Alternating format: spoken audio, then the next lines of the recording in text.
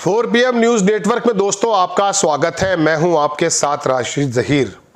नीतीश कुमार के बेटे के बयान से खलबली मच गई है जनाब मन एनडीए में, और बाप बेटे के बीच में ऐसा तो हो नहीं सकता है कि बिना मशवरे के कोई बात आ जाए। मैं आपको दिखाता हूं, दैनिक भास्कर ने छापा कि निशांत ने कहा कि नीतीश कुमार को सीएम फेस घोषित करे एनडीए, और प्रधानमंत्री जी बिहार में आने के बावजूद भी ये बात बता नहीं पाए। वीडियो में उन्होंने कहा आखिरकार लालू प्रसाद के जो लड़के हैं तेज प्रताप यादव, उन्होंने भी एक ऑफर दे दिया है। वो भी बहुत ही इंपॉर्टेंट है, बात सुनने की, सोचने की ज़रूरत है। लेकिन बात यह है दोस्तों कि आखिरकार नीतीश कुमार तो थक हार के ये कह गए कि एनडीए में बिहार चुनाव में मोदी चेहरा होंगे, लेकिन फिर ये बेटे ने क्या शगुफा छोड़ दिया है। इसका मतलब यह है कि सब कुछ सही नहीं है। बिहार पहले भी देश की राजनीति को नचाता आया है। वहाँ के राजनेता बिहार में राजनीति करते हैं, लेकिन खलबली दिल्ली में मची रहती है। मैं एक नेता के साथ था, मतलब उसके घर गया था 12 जनपद पर। उस ज़माने में 10 जनपद सोनिया गांधी का निवास होता था, 12 उसका नाम था साबिर अली। रामविलास पासवान की पार्टी का वो राज्यसभा सांसद चुने गए थे। उनके बारे में कुछ बाद में विवाद भी हुआ। तो जब वो चुने गए थे उसके एक दिन बाद या उसी दिन शायद मैं वहाँ गया। इत्तेफाक से हमारे एक दोस्त हैं रामविलास की पार्टी में, तो वहाँ पर वो बड़े खुश थे, उनके सारे समर्थक मौजूद। तो वहाँ पर वो खा रहे थे, चूड़ा बोलते हैं गालिबन उसे, मतलब हमारे यहाँ तो वो पकौड़ियाँ होती हैं तेल की, उसके साथ जो है ना, जो क्या कहते हैं उसको, चने के साथ मुरमुरे टाइप होते हैं, वो उसके अंदर डाल करके कुछ इस प्रकार की चीज़। मैंने तो पहली बार खाई थी वो। तो वो फ़ोन पे बात कर रहे थे, अरे हम आ रहे हैं, इकट्ठे करो लोग, हमारा वो करना, मतलब उनका जो है वेलकम करना बड़ा। मैं सोचने लगा, मैंने यार ये अगर राज्यसभा सांसद चुने गए हैं तो ये बिहार में क्या खलबली मच रही है। बाहर का एरिया देखा, फिर मैं बाहर देखने लगा 10 जनपद 12 जनपद। मैं सोचने लगा, मैंने कहा यार ये इतना शानदार पोश एरिया है। ये मैं साबिर अली को नहीं कह रहा हूँ, मैं तो जनरल बात बता रहा हूँ। कौन कौन लोग आके देखिए देश की खूबसूरती संचालित करते हैं दिल्ली को। चलिए खैर, बिहार से संचालित हो रही है बहुत ज़माने से। अखबार ने लिखा कि निशांत ने कहा कि नीतीश कुमार को सीएम फेस घोषित करें एनडीए। तेज प्रताप के आरजेडी में आने के ऑफर पर कहा जनता तय करेगी क्या करना है। सीएम के बेटे निशांत कुमार ने कहा कि पिताजी ने विकास किया है। पिछली बार आप लोगों ने 43 सीटें दी थी, उसके बाद भी विकास कार्य जारी रहा। इस बार उससे ज्यादा सीटों से जिताएगा। एनडीए को नीतीश कुमार को सीएम फेस घोषित करना चाहिए। वहीं तेज प्रताप यादव के आरजेडी में शामिल होने के ऑफर पर निशांत ने पलटवार किया है। उन्होंने कहा जो भी हो जनता के दरबार में चलते हैं, वो बताएंगे क्या करना है, जनता देखेगी।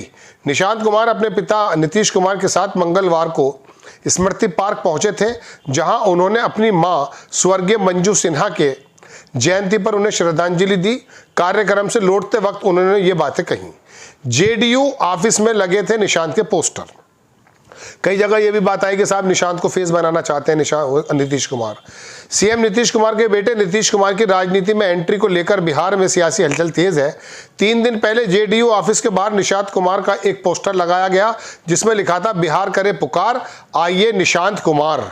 नीतीश कुमार ने निशांत कुमार। बताया जा रहा है कि यह पोस्टर जेडीयू कार्यकर्ता की ओर से लगाया गया था।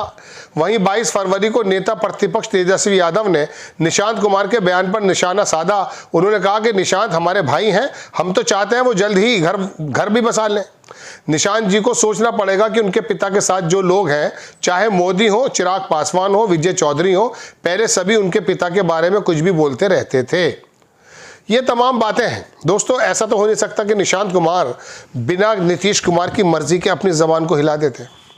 इसका मतलब यह है कि अगर Nitish Kumar in front of Modi Bhagalpur की रैली में थोड़े से असहाय कमज़ोर नज़र आए, तो इसका मतलब यह घर में कोई ना कोई बात चल रही है। और जाहिर सी बात है, जिस पार्टी के वो मुखिया हैं उस पार्टी को उन्होंने सींचा है, बताया है, छीना है, जो भी कुछ किया वो पहले की बात है।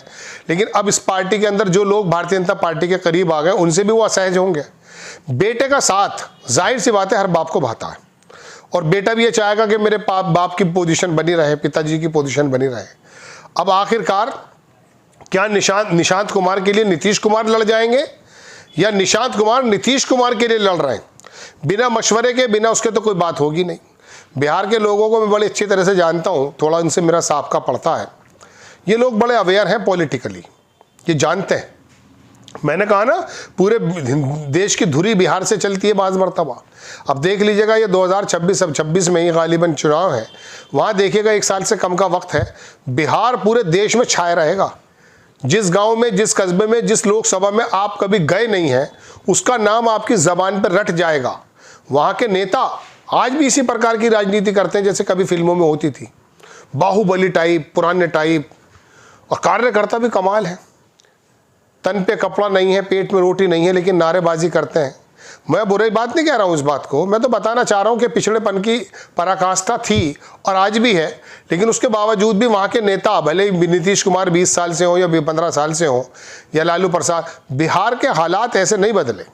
एक ही लाइन में बिहार के हालात का आपको पता चल जाएगा कि देश का जो राजस्व है 7 रुपये बिहार लेता है उसमें से और देता 1 रुपया। महाराष्ट्र देता 7 रुपये, 1 रुपया है और मिलता 48 पैसे। 7 रुपया लेता है बिहार और 1 रुपया देता है। कहने का मेरे मतलब यह कि इतना ज़बरदस्त डिफरेंस है। आखिरकार अभी पिछले दिनों आपको याद होगा, दिल्ली में कुछ साउथ बेल्ट के चीफ मिनिस्टर इकट्ठे हुए और उन्होंने कहा साहब राजस्व तो हमारी तरफ से आता है, लेकिन आप लगा देते हैं इन राज्यों के अंदर। हालांकि ये बात मुझे कुछ बेहतर समझ में नहीं आ रही है, देश का तो सभी हिस्सा है, लेकिन फिर भी उनकी तकलीफ जायज़ है। वो कहते हैं कि हम तो राजस्व देते हैं, हमारे पास रिटर्न में वापस इतना आता नहीं है, और बिहार है, यूपी है, और यहाँ के लोग राजनीतिक एतबार से सिरमौर बने बैठे हैं। 80 सीट उत्तर प्रदेश की, 40 सीट बिहार की, 120, और मेरे ख्याल से 41-42 सीटें बंगाल की, उड़ीसा की भी जितनी है, ये 150, 200, 250 सीटें यही तय कर देता है प्रधानमंत्री। तमिलनाडु वाले 38 लेके चुप बैठे रहते हैं, 39 लेके, महाराष्ट्र वाले 48 लेके चुप बैठे रहते हैं। कोई इतनी बड़ी वहाँ पर हलचल नहीं है। लेकिन बहरहाल दोस्तों, बात यह है कि बिहार के अंदर बिना बाप बेटे के मशवरे ऐसा वक्तव्य बयान नहीं आ सकता कि वो एनडीए को ही चैलेंज करने लगे निशांत कुमार और कहें कि मेरे पिताजी को आप सीएम फेस घोषित करें, जबकि प्रधानमंत्री जी भागलपुर आए और उन्होंने भी कोई शब्द नहीं कहा। अलबत्ता नीतीश कुमार का अगर जिक्र भी किया है तो अपने दोनों डिप्टी सीएम का जिक्र करते रहे, अपनी योजनाओं के बारे में बताते रहे। दोस्तों, बात यह है कि बिहार के अंदर कोई ना कोई खिचड़ी तो पकेगी। आखिरी वक्त में, आखिरी समय में, या मैं यूँ कहूँ कि आखिरी चुनाव में नीतीश कुमार कोई ऐसा काम कर जाते हैं कि इनका नाम ऐसा इतिहास में दर्ज हो जाए कि वाकई अपनी परफॉर्मेंस से पता चले कि एक आदमी का किरदार है। एक फिल्म आई थी डर, हीरो तो उसमें सनी देओल थे, लेकिन उसमें छोटा सा रोल शाहरुख खान का था। बाज़ मरतबा छोटे छोटे से रोल जो हैं वो पूरी पूरी फिल्म पे भारी पड़ जाते हैं। नीतीश कुमार ऐसा रोल शायद अदा कर सकते हैं। मैं किस तरफ इशारा कर रहा हूँ आप जानते हैं। आपको खबर कैसी लगी अपनी राय कमेंट्स बॉक्स में ज़रूर दीजिए। चैनल को सब्सक्राइब कीजिए, शेयर कीजिए। नेक्स्ट टाइम मैं किसी खबर के साथ हाजिर होता हूँ। जय हिंद।